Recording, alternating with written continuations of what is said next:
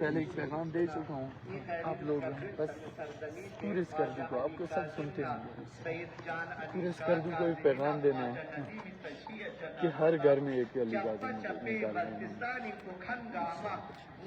ہر گھر سے۔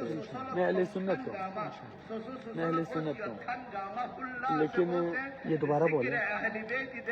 میں اہل سنت سے ہوں، لیکن یہ فرقہ تو سوچنا ہی نہیں ہے نا، فرقہ نہیں ہے، یہ ہمارے نخواں ہیں۔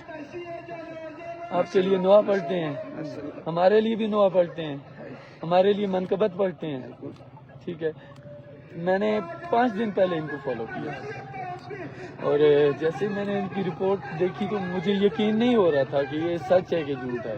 میں دوستوں کے ساتھ تھا، دوستوں کے ساتھ نہیں شیئر کر سکا، کچھ معاملات ہوتے ہیں، لیکن یہ ہے کہ کلیجہ پھٹ رہا تھا میرا۔ میں نے ایک بات سوچی ہے، میں نے کہا حاضری دوں گا تو میں سرخرو ہو جاؤں گا، ورنہ کل مولا پوچھیں گے مجھے کہ تو ویسے گھومنے سے کردو چلا جاتا ہے، آج میرے پیارے کے لیے تو نہیں آئے۔ بہت ہم آپ کو خوش آمدید کہتے ہیں، آپ کے تشریف لانے سے ہمیں ہمارا حوصلہ اور بڑھ گیا، ان کے فیملی کو اور بھی حوصلہ ملا، میں گیا ہوں یہاں اس جنت میں بھی گیا ہوں جہاں پہ کے یہ قدم بچوں کو بہت حوصلہ ملا۔